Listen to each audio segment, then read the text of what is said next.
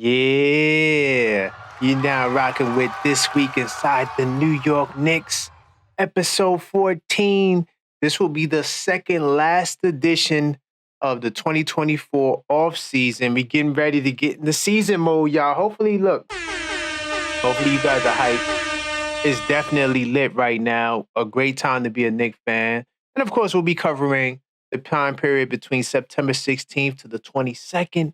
This is the pre-recorded pod. Thank you for rocking with me and checking me out. I am the objective Knicks fan, straight out of Kings County, New York City's finest, and you know the vibes. So yeah, it's a lot to be excited about. Pretty decent week. I mean, the news is getting sketchy at best. I'm not going to act like it's been a lot of great stories out there. A couple of things did happen, as you can see from the topics on the screen. Flagship topic today will be, will Mikal Bridges re-sign, as he is due for his extension, I believe, on October 1st or the 3rd. But it's going to be interesting to see what happens with Mikal Bridges and his contract. Of course, we'll talk about Brunson and Josh Hart on Seth Meyers. Interesting show.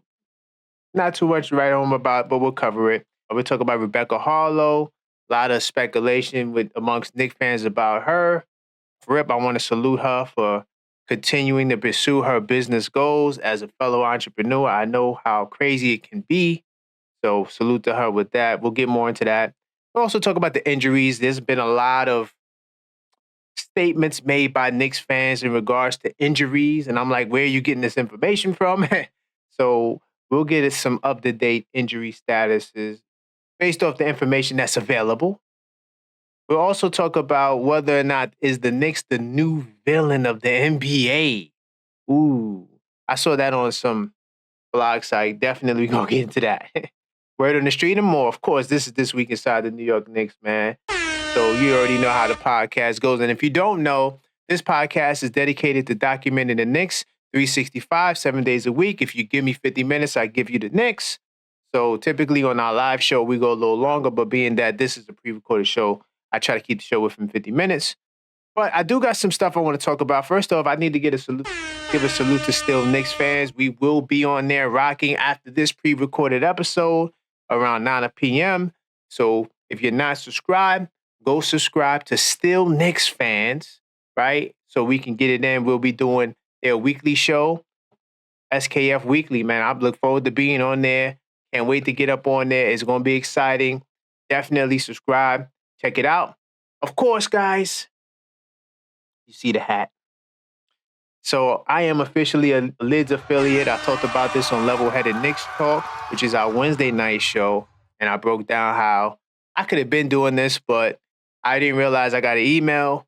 And they sent me an email 45 days ago, and I didn't realize it. But I got everything set up. If you like the hat I'm wearing, definitely click the link in the description of this video, and you can go purchase this hat. I got a couple of other pieces on there too. I got another Knicks hat that I'm going to buy. I'll show you a little bit more about that later into the podcast, but definitely I'm a Liz affiliate. If you want to help support the channel while supporting your team, definitely go to my affiliate link in the description of this video, and you'll be able to get all the details. I got a couple of things that I'm promoting with my Lids partnership, and basically these things are discounted. I'm gonna hook you up. Just look out for me. Look out for my posts and my videos. I will always have the insight to these things. And my last announcement before we get into the festivities. So, as you know, the channel is growing, and we got a lot of things going on as we hit this 1,000 subscriber mark. By the way, help me get over the top.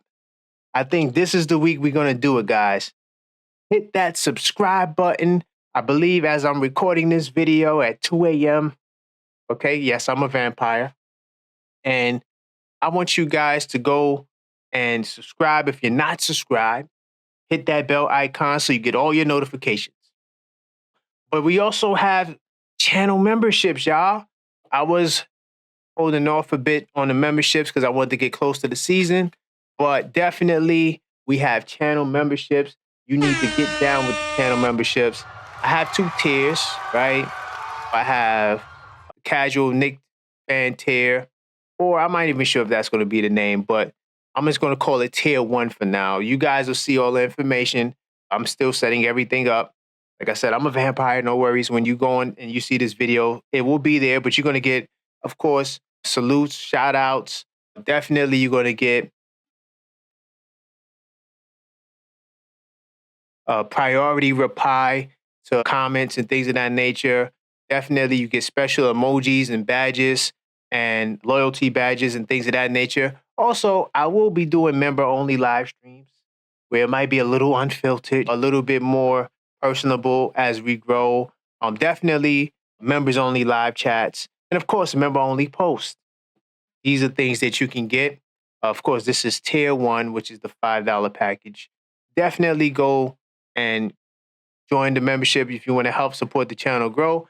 One of the things I'm doing whenever I get donations is I'm trying to build my channel. So this is to help the platform grow. If you enjoy the Objective Knicks fan channel, definitely subscribe to a membership. Then we got the Tier 2 tier, which is $12.99. And basically you get everything from membership Tier 1. But I will be doing something that's kind of interesting. And this is for all of my people that are fantasy people or people who like to do parlays and gambling. I will be doing the parlay builders, which will help you guys put together some good parlays to try to win some money, because right now football is going crazy. I'm not really into football, but I'm heavy into NBA basketball, not just on the Knicks side. I will be doing these parlay builders where we'll be coming together, strategizing. I'm going to give you my picks that I feel throughout the week, especially as the NBA season emerges. Of course, we got preseason. Definitely get inside the membership to take advantage of the parlay builder. And of course, that'll be in the community section for the members. Also, more members only live streams and the ability to connect with me on social media. In order to take advantage of these opportunities, go join the memberships, y'all. So without further ado, let me jump into research mode early, because I know you guys are like, oh man, this is just some updates on this pod. Hey, no, I got to let you guys know what's going on, because it's definitely, the season is upon us. So it's a lot going on. But that's some of the things I want to reveal. I got some more things I want to reveal too. A lot of high hopes going into the season. And it's my job to enhance the fan experience. We're going to crack this off like this, man. Our first topic will be something light. Of course, this is what I'm talking about. Salute to SI, right? No shade on nobody. Hey, what can I say? It's been a pretty interesting offseason. And the offseason's kind of losing its steam as training camp is upon us. But this article is referencing the Seth Meyers interview. I got my notes here. And honestly, it was like, it's TV stuff. But I want to say this.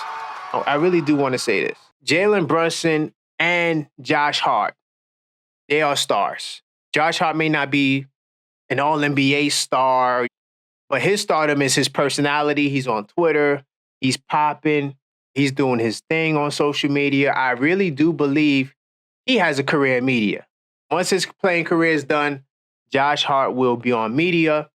Salute to Josh Hart. Jalen Brunson is just a natural-born superstar, natural-born leader. I mean, they played off the fact that Josh Hart was kind of like a bully in college, if you didn't know. He was kind of the enforcer. He was also team captain, right? He's older than Josh Hart, Brunson. Josh Hart is older than Brunson, Bridges, and Dante. So he kind of had incidents with all of them. And they revealed on the Seth Meyers show that Jalen Brunson was bullied by Josh Hart. Yeah, he said that he threw him onto the locker. Okay, so it started like this. Hart said I didn't like him because he was talking about Rick Brunson.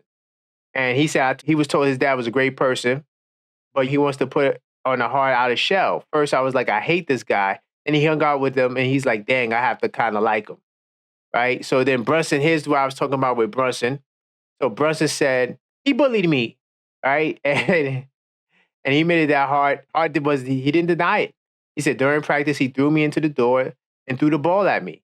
He got into a fight with Mikal, Bridges, and Dante. We know about those fights, but at least I didn't know that, Brunson was bullied by Josh Hart. How do you guys feel about that?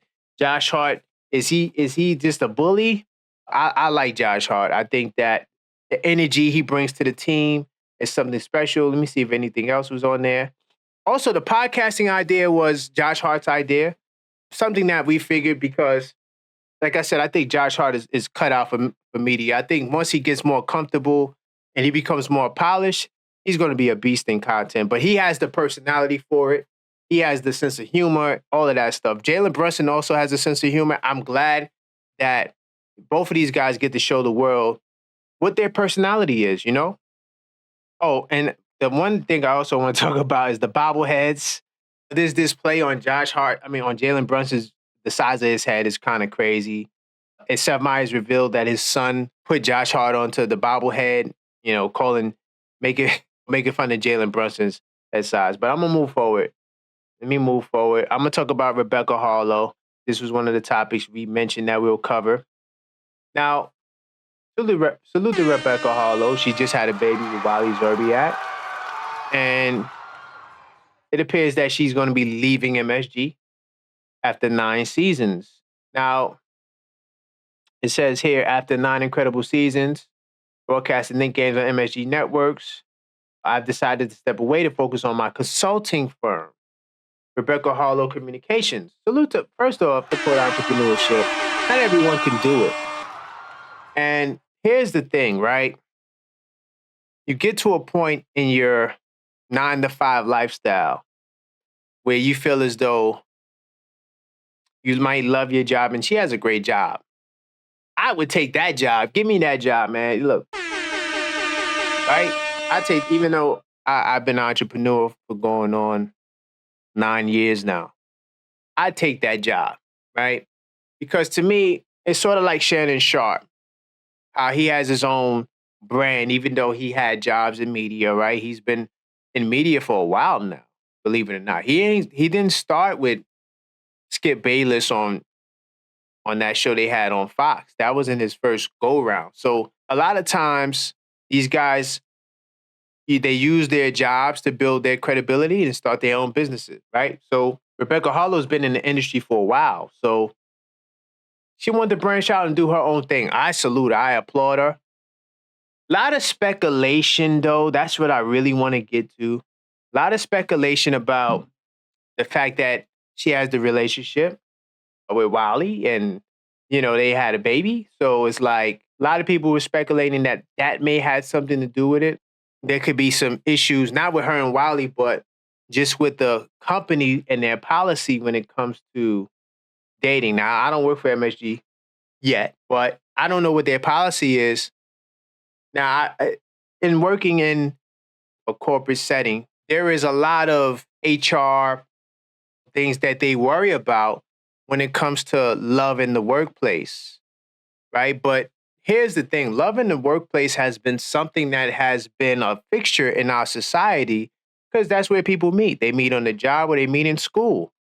So it's natural for a male and female to come together in that way. The problem is the corporations, and I'm not saying even MSG, but typically they kind of frown upon it because there's a lot of harassment, and a lot of these big companies you work for, they now give their employees certain training on harassment, right? And things of that nature. So I'm not saying that this is the cause of this because they've been dating since 2021, I believe. So they just recently had a baby, but they've been dating for a while. So you can't use MSG, they got tired of this, so they told her to resign. No, I really do think that she's doing her thing with her corporation. There's no reason to believe otherwise. And Rebecca Haarlow Communications, where she helps drive and growth, the exceptional public speaking, storytelling, training. So she's doing her thing. She's an expert at what she does. Now, for us Knicks fans, where I like to be, I don't like to get in people's personal business. Alan Hahn and Bill Pito, they'll be taking over, filling for her on the sideline. So salute to Alan Hahn, salute to Bill Pito, because now that's going to be another bag, more money, more opportunity, more roles for other people.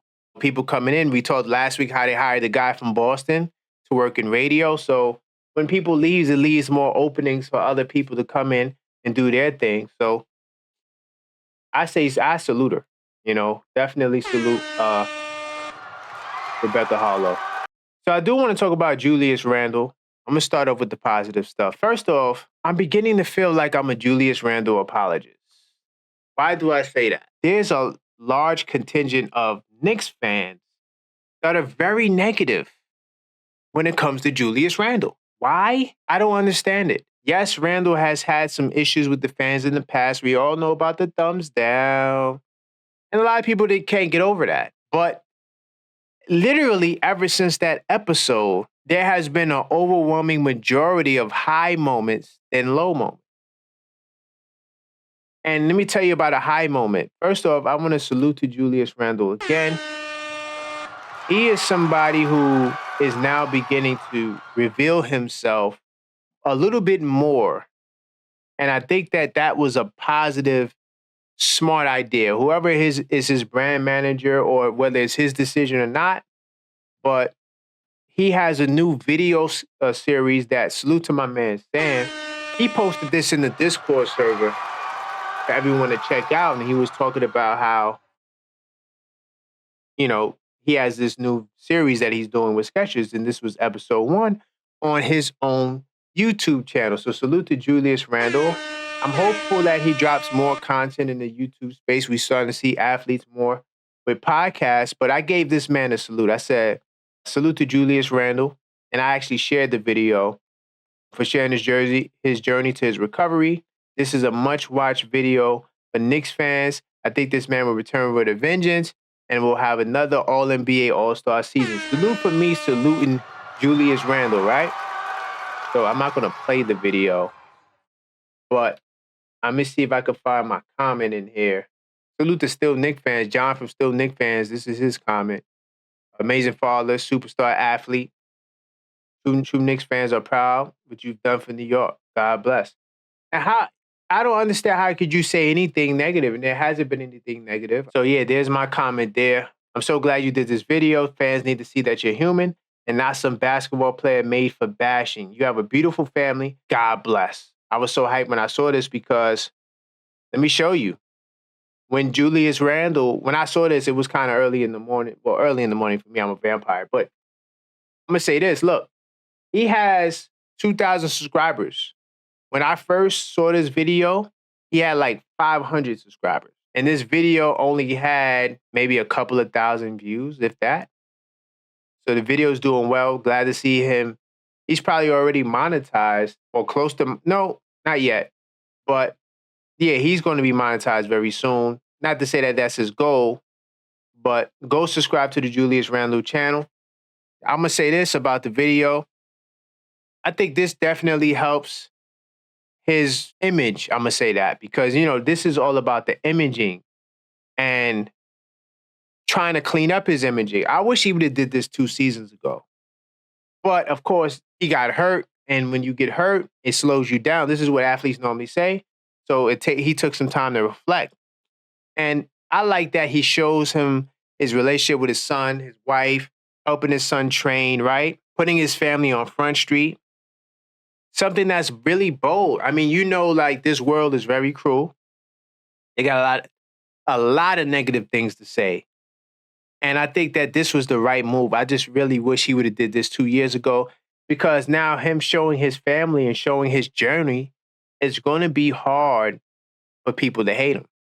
Because from what I can see, not that I know him personally, he's a good guy, right? And look, this is the about. So it looks like he's going to put more content than just this series. Like I said, his road to recovery and sharing his personal thoughts. This is what you have to do as an athlete in 2024, 25, because this is where we are as a society with social media. That's why, by the way, joining the Discord server, the Knicks Tape Madness, I got of course, the Lids Nick hat giveaway. If you join the Discord server, you find out more details, but we got a 24/7 Knicks chat in there, right? I got my membership now. So, you're going to have to, if you're going to be on social media, and in this case, if you're an athlete, professional athletes have to be on social media, not just content creators, because now people want to see what your life is like.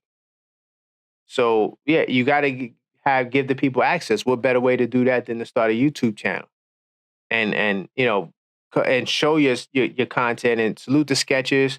Working this out. This was just a brilliant idea to me, right? So I started off with the positivity because that's what I'm all about on this channel. I'm a Knicks fan for real, but we have to address the negativity as well. Now, Julius Randle, we kind of talked about his role before.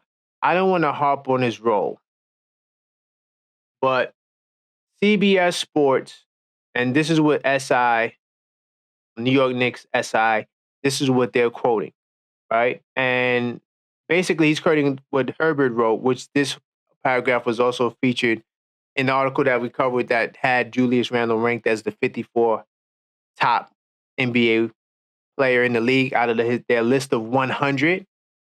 Now, here's the thing, right? Only outsiders are questioning Julius Randle's role. Julius Randle's role is very clear. He is an all-NBA all-star who has the ball in his hands and will be able to create offense in spaces where Brunson's not on the floor or to give defenses another look.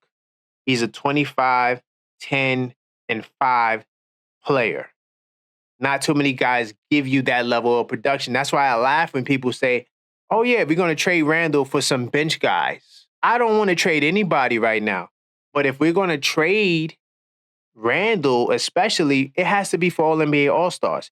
If you're going to make another trade, another move, it has to be to address the center spot because you're not confident going into the season. But Julius Randle's role is very clear to Knicks Nation. Salute to Jeremy Brenner. No shade, no hate. But you're forgetting the fact that the team, I'm not going to say they're forgetting the fact. I'm going to say you're not giving enough credence to the fact that the team was 12-2 when Randle was there. So you have to go off of that. And let me say this too. Randle may have to sacrifice a couple of points. Same thing with Brunson. But we already know that Brunson and Randle are the top two options.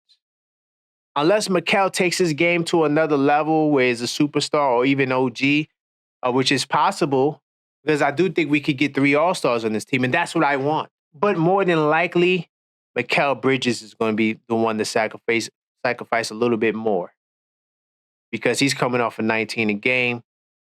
Does he average 19 a game again? Possibly, because RJ was given, about 20 points a game. They had the 3 guys giving like a 19, 20 points a game. It's possible, but is it necessary? See, the roles to me are very clear. Randle is your all-NBA all-star who will be able to create offense in this system. Brunson, same thing, right? Bridges and OG are more complementary roles, but their role primarily are to be disruptors on the perimeter, defensively on the wings. That's their job. So I just wanted to double down on Randle's role. I talked about it last week, but I saw the article again, wanted to double down on it. There's no question as to what Randle's role is. Now, also, salute to everybody in the building watching this right now. Tom Thibodeau, we talked about this on Level-Headed Knicks Talk about Tom Thibodeau giving Julius Randle minutes at the 5 spot. Definitely go watch that video. I'm going to put the link to that video in the description as well. It was a great pod. Amazing.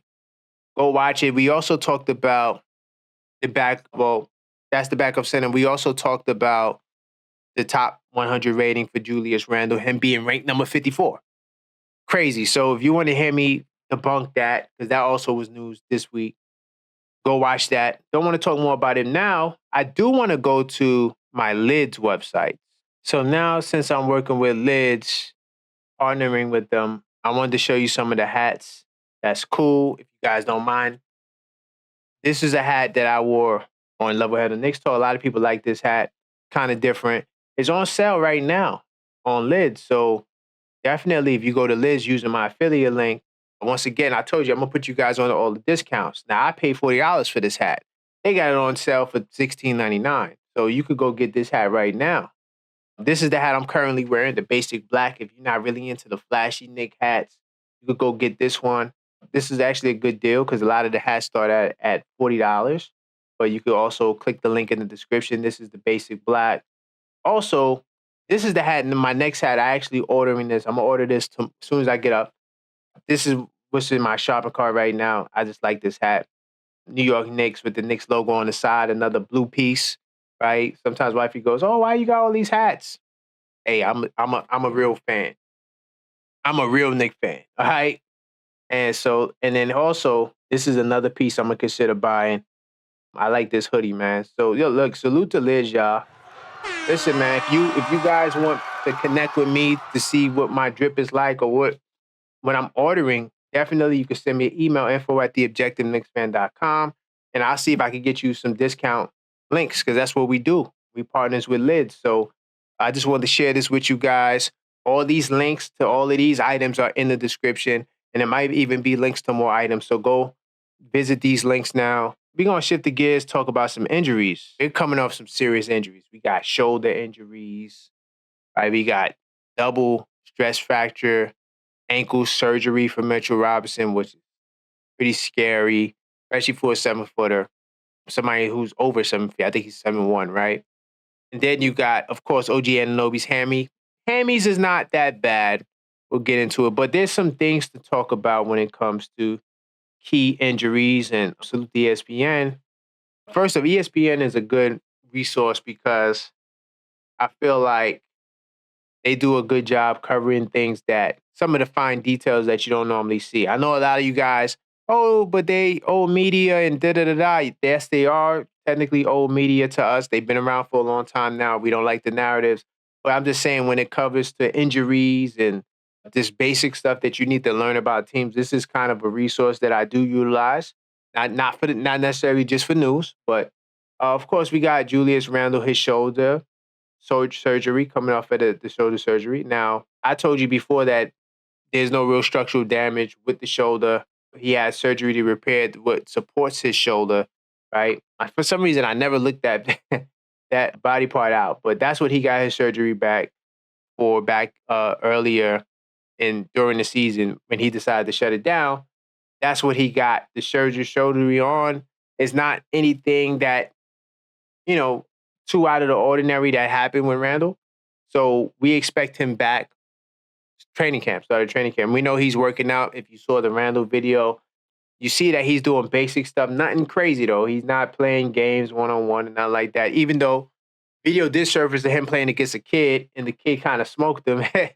I wish I had that footage. But so, yeah, that's where we are with Randle, right? There hasn't been any articles that I've seen up until, and this is September 22nd. I haven't seen any articles countering this information we have here that he's looking to return by training camp. As far as Mitchell Robinson, now, before I read this, let me go to, this is the depth chart, okay? Now, if you notice, right, when you look at this during the season, this will actually tell you who's out, right?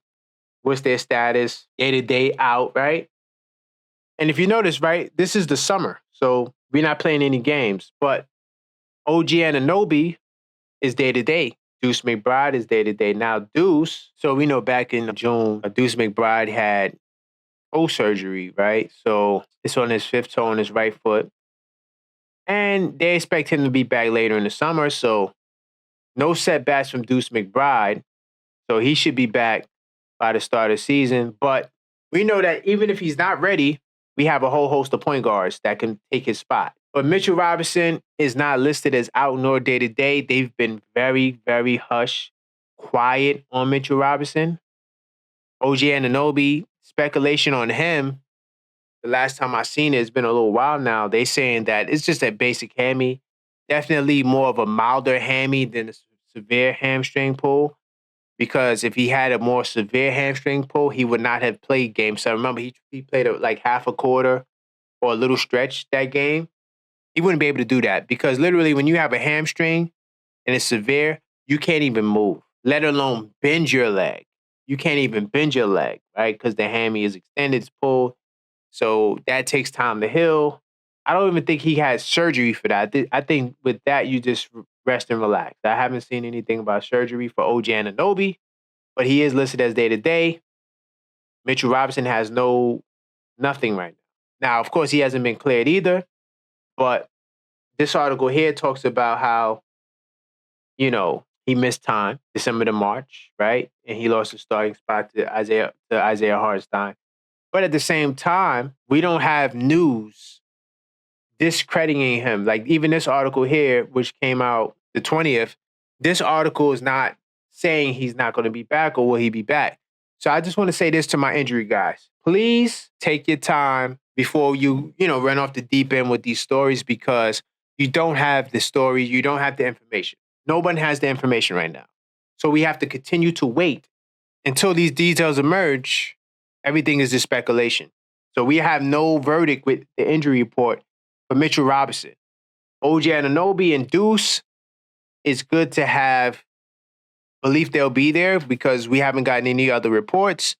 And as you can see from the article I did read, that Miles McBride, his procedure is more lighthearted or light, where that gonna really require him to miss much time. Like I said, OG Anunoby, no surgery. So I'm tired of seeing people say, oh yeah, Mitch is not coming back or he's going to be out. Where's the reports? And here's another article here. This article is talking about OG Anunoby. I kind of summed it up because I'm trying to move fast. But this article here talks about, so yeah, I have it right here. It says here, the only bright spots were Brunson looking on track and Anunoby not getting a mention and talking about injuries. Brunson's injury occurred in May and started through standard timelines, differ based on multiple unknown factors. The full 3+ months time between the injury and training camp should be enough for him. It is. From what we know, Jalen Brunson's working. We saw the highlights of him playing. But as far as OG Anunoby's, which I don't think there's been any highlights of him, could be wrong. I haven't seen highlights of OG Anunoby, but his strain should be well behind him now. The most severe strains could take up to a couple of months to heal. But because he actually played in Game 7, it probably was milder. So no reason to be concerned about OG Anunoby right now. But I will say that OG Anunoby, Deuce McBride, at those two positions, we're very deep. So missing out on those two guys for a couple of weeks is not the end of the world. Just wanted to add that caveat. So I came with a source.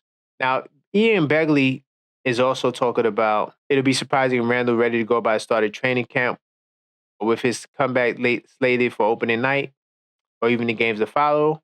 On top of that, as of 2 weeks ago, Robinson was working through his rehab. He has to clear several hurdles, which Robinson, okay, but we haven't got the news yet. The Randle news may be alarming to some fans. It's about what to expect. While many players return to action within a couple of months of their original injury, Randle re-injured his separated shoulder.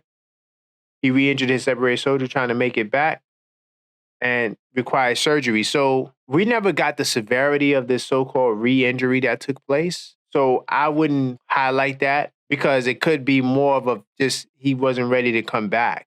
So go get the surgery. But they did say that he did have some sort of setback in his recovery. I just wouldn't put that, the re-injury is the cause of the surgery, right? Because I honestly don't really remember seeing that being highlighted versus, yeah, you can't come back without the surgery.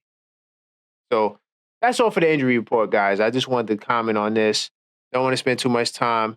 I just don't want to see people saying that Mitch is going to be gone when you have vague stuff because this is a good article, but it's not an injury report.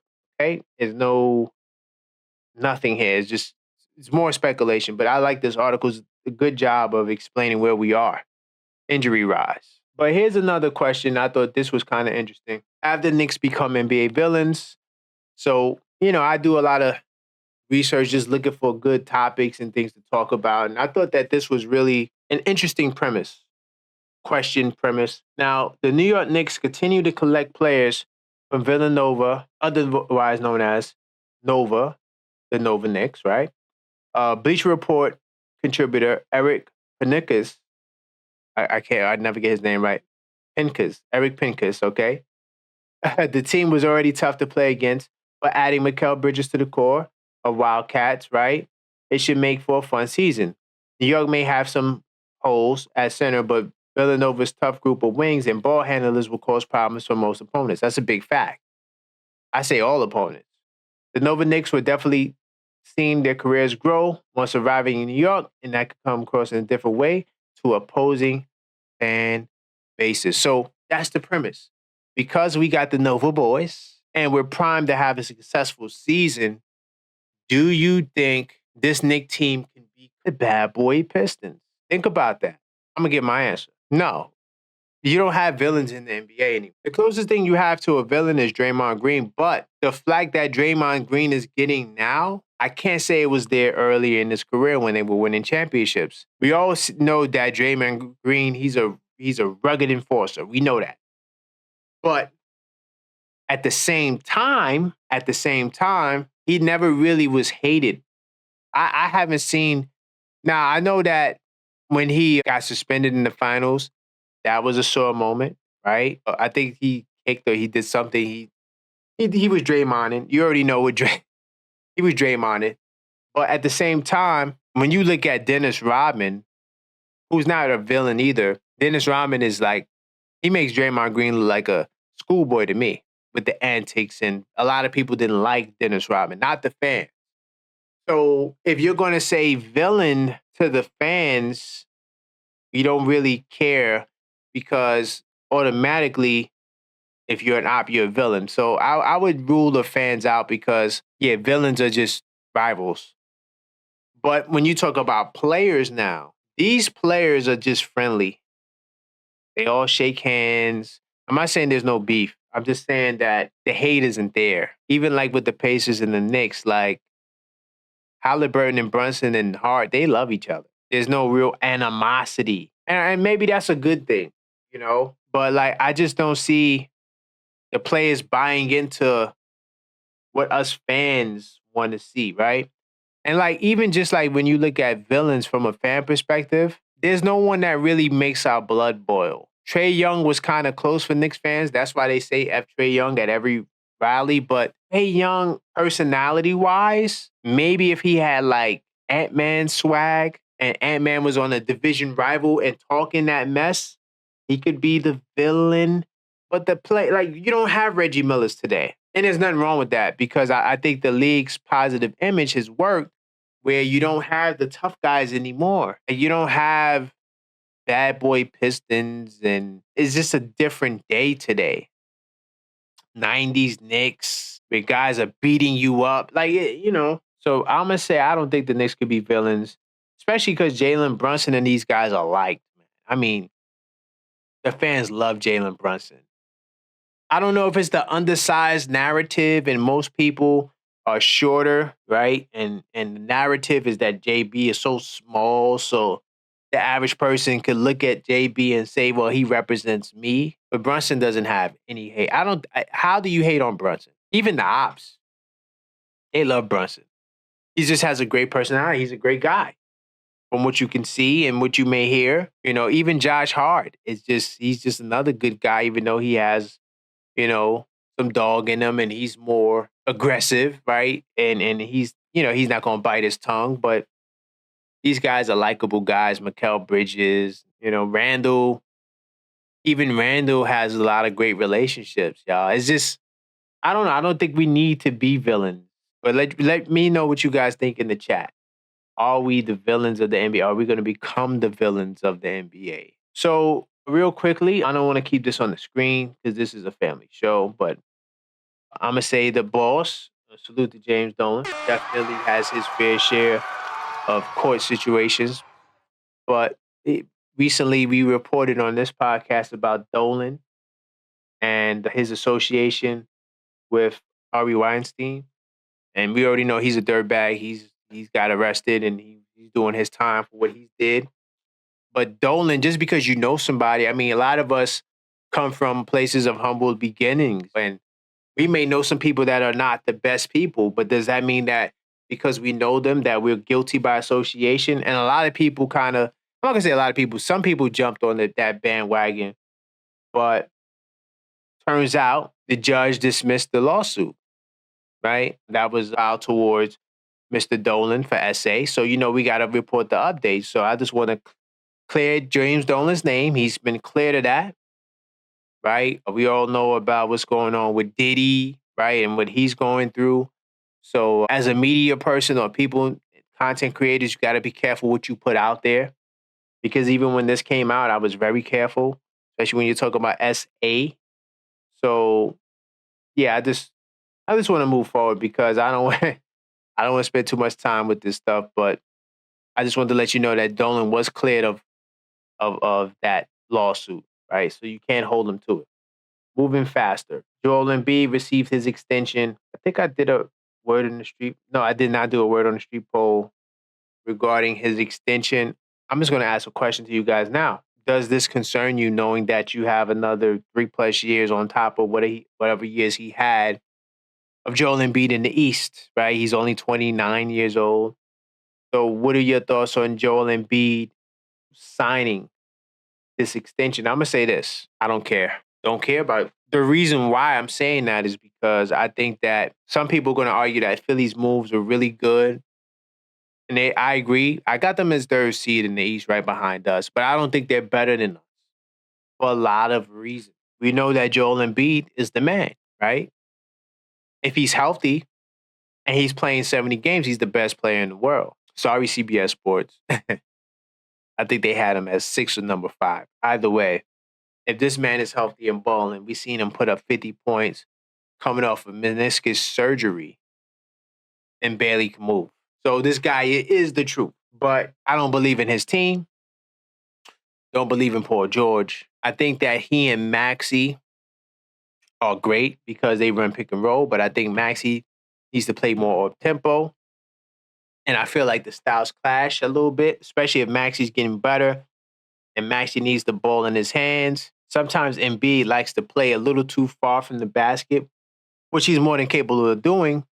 I just feel like Maxey wants to run, Embiid wants to slow it down. But that's up to Nick Nurse to control that. This will be, his second season there. So I think that, yeah, Embiid got the bag, but we ain't concerned. But I'm just going to wrap up this Joel Embiid. I want to know what you guys think. I think that Joel Embiid and the Sixers are a good team. I just feel like we're primed to beat them. And Mitchell Robinson does a decent job on Embiid. No one's going to stop him, but he did a better job than this guy that you see on the screen. So I'm moving fast, moving quick, y'all. Hopefully y'all sticking with me. This goes over a little over the 50-minute mark. I don't mind. Westchester Knicks, they traded Scat to Maine for Brandon Slater and Joe's Wieskamp. And I talked about this a little bit on Levelheaded Knicks Talk, but I do want to give the update to the story. Scat was then given an Exhibit 10 with this. As you guys know, I was very heavy on Scat. I thought that he was really solid. I thought he should have got a contract, exhibit something. But in Leon Rose, we trust, guys. So this is what it means to be an objective Knicks fan. We're fans. We don't know it all. Maybe this move helps the G League team. Maybe Ariel is the guy. Maybe Ariel took Scap's potential, and Ariel got the spot. So we still have Sims. We still have Precious. I guess they're just going to roll the dice. But like I said, you can't knock Leon Rose. I do have to cover it. Some more fun stuff. NBA City jerseys were leaked. Here's some photos. I'm going to show you the Knicks jersey right here. I got it here on X. Somebody posted it on X. This was posted by Romeo. This is Edlin Monitors. Either way, not sure what the page is about, but they've posted it. Here is the new City Edition jerseys. I'm not sure when it comes out, but if it does, and Liz has it, I will share the link. By the way, go check out my Liz links if you want to support the channel and support the Knicks. It's like a double whammy. You support the channel and the Knicks at the same time. I love create win-wins. That's what I do. So I'm going to come back to rumors. I'm going to jump into flagship. So I'm going to jump back into rumors. I'm going straight to flagship, y'all. I'm going straight to flagship. But I want to start off flagship by starting with the Mikal Bridges article that we have here about him taking a team-friendly deal. I do need you guys to understand something. Mikal Bridges very well could re-sign this offseason. Now, I'm going to tell you like this.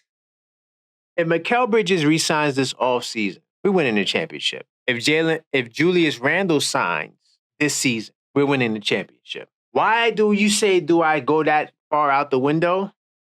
Which is not that far out the window because I have us contending. I have us finishing as top 2 in the East. I have us going to the Eastern Conference Finals, possibly the finals. The reason why I say we're going to win the championship is because the level of sacrifice that our top 3 guys have made, which will be Randle, Bridges, and of course we know Brunson, it's astronomical. Let me show you. So according to Mark Stein, that he's expected to leave some money on the table. Now, some money is different from a lot of them. If he signs this season, he will be leaving a lot of money on the table. So look, he signed a 4-year extension, right? This was when he was with the Suns in 2021. Okay. So October 1st, right? And I talked about this earlier. October 1st, this is the date, is 3-year anniversary of the extension, right? However, Bridges were traded on July 6th. Now listen to this. Here is the technical stuff. And I think we actually went over this article when it came out, or this or another article. However, Bridges was traded on July 6th. After a player is traded, he is subject to the NBA's extend and trade rules, which means that for 6 months, he can only sign extensions up to a prescribed amount. Okay.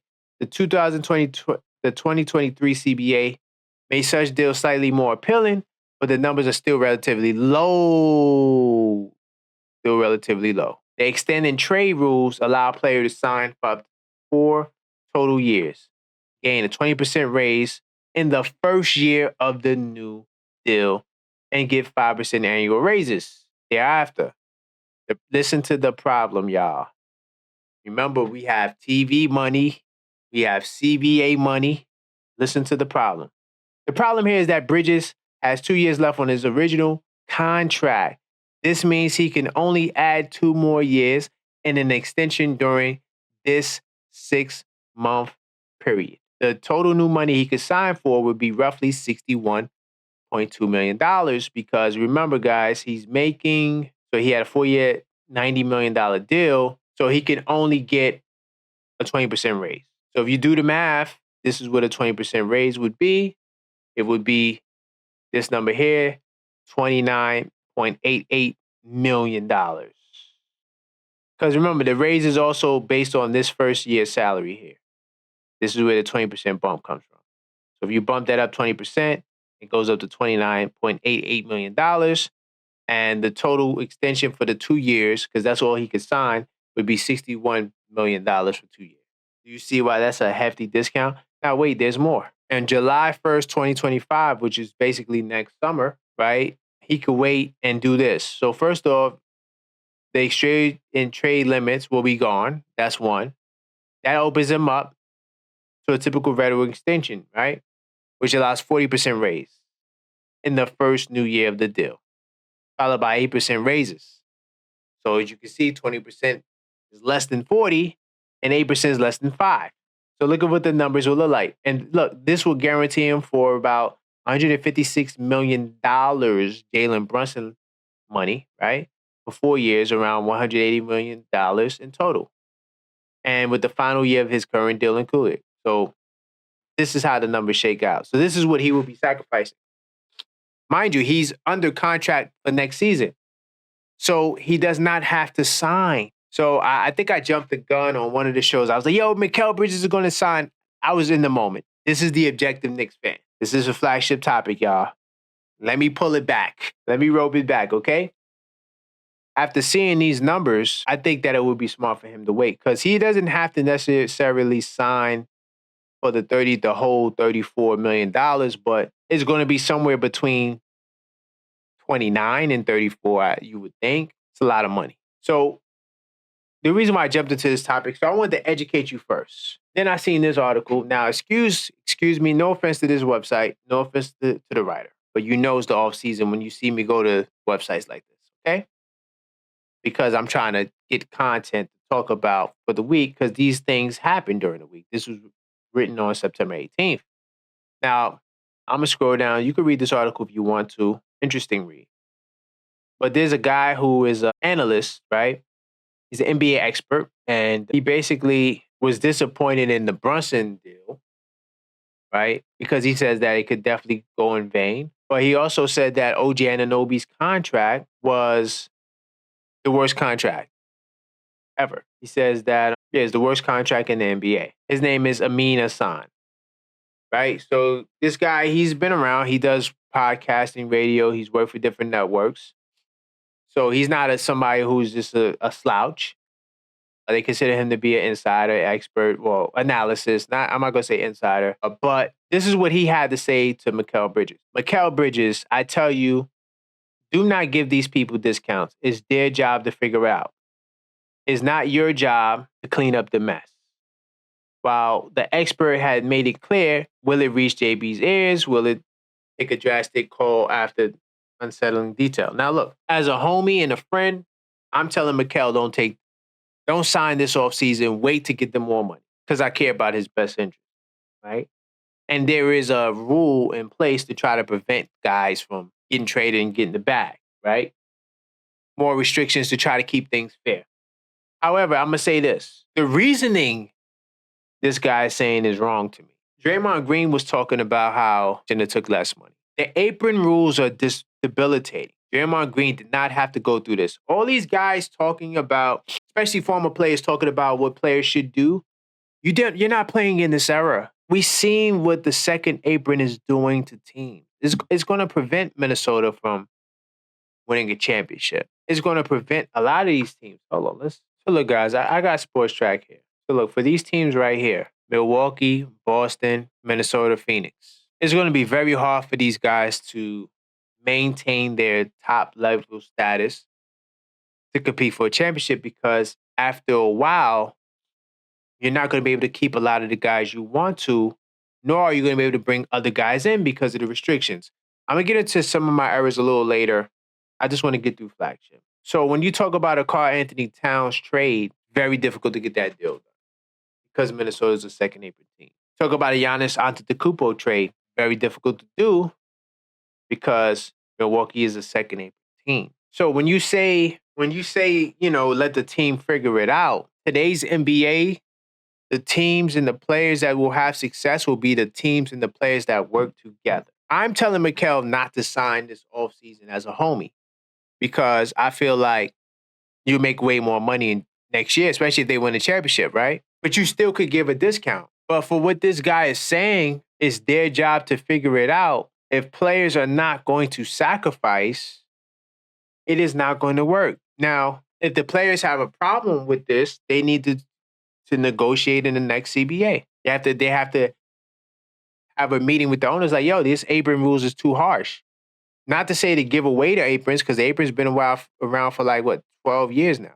So it's not an apron problem. The problem is the restrictions that come with the apron. Then if Mikal doesn't want to sign for a deal, Randle doesn't want to sign with a deal, now a trade has to be made, which may not be a bad thing, but what I am saying is now you got to try to trade for someone who more than likely would not be on an All-NBA, All-Star level. So, yeah, I disagree with the reasoning behind this, what this analyst is saying, but I do think that Mikal personally should wait. But if he does sign and Randle signs, they win in the championship. That means these guys believe in what they have. That's really what I'm trying to get to the gist of. What do you guys think? Let me know. Are you jacking, this whole rhetoric is not your job? I'm not. I think that it's not good advice if that's going to be your standard because you could be a selfish player and get your bag, but the team is going to suffer. So I jump into some word on the street. Then we may cover some rumors. I know I'm over the 50-minute mark, but I'm going to edit this down as best as I can. Try to get it below, but I'm going to start here. With the Knicks adding solid veterans such as Marcus Morris, Landry Shamet, how do you feel about our depth chart going forward? Are you satisfied? Now, some people had a problem with this question because they think that I'm challenging Leon Rose. I'm not. I'm talking to the Knicks fans that complain or are happy because a lot of people are saying that the team is not complete. So that's really what I wanted to know. So we got 149 votes. 37% say we are good, no trades needed.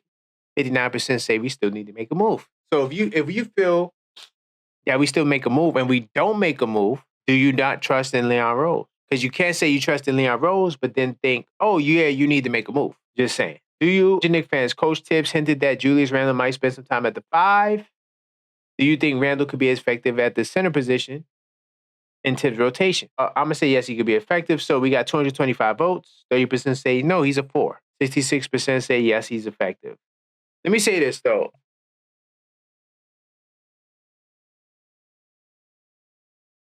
He's a backup 5, not a starting 5. You go back to level-headed Knicks talk, I talked about some of the other centers that are backups, they're around his size. So we're not saying that Randle is a starting center. What we're saying is that Randle can play some time at the center to help give us some support and, some energy off the bench in the rotation. That's it. Staggering, Brussing, and Randle. Or even playing them together with the Noble Boys. The CBS Sports get it right. Julius Randle's ranked number 54 on their top 100 list. We talked about this on level-headed Knicks talk as well. I'm going to say no, he should be ranked higher. 82% of Knicks fans agree. 12% say yes. I don't understand these Knicks fans. I don't.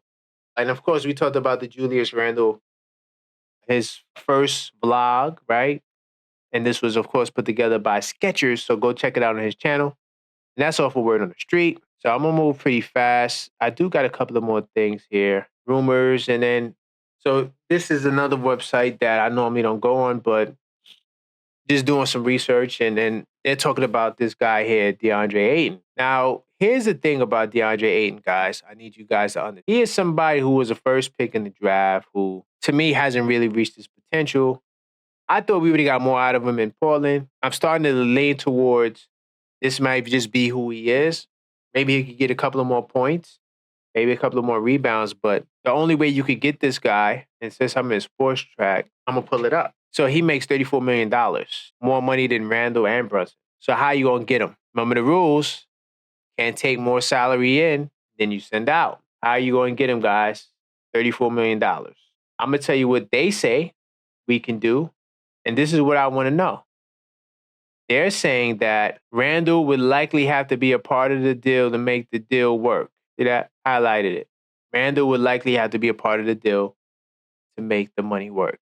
So are you going to trade Randle for DeAndre Ayton? I'm saying hell no. I think I don't have to say anything else. You let me know in the comments what you think. And this would be the final topic. This is Walker Kessler. I want him.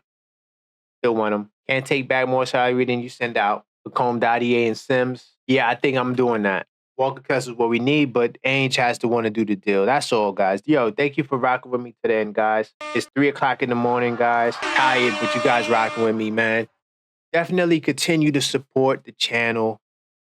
Check out the lids hats. Hit me up in my email if you want any suggestions and ideas as to hats. You can hit me up info@theobjectiveknicksfan.com. Because I do a good job finding discounts. All the stuff I'm promoting is discounted stuff, or stuff that's pretty much on the affordable side. I want to thank you guys for rocking with me. I want you to check out my channel memberships as well. Support the channel, help grow the channel. That's what the memberships will grow to. Definitely building out the channel. Once again, 1,000 subscribers, we're here. So hit that subscribe button. That's all for this pod. Until next time, y'all. You already know. Let's go Knicks.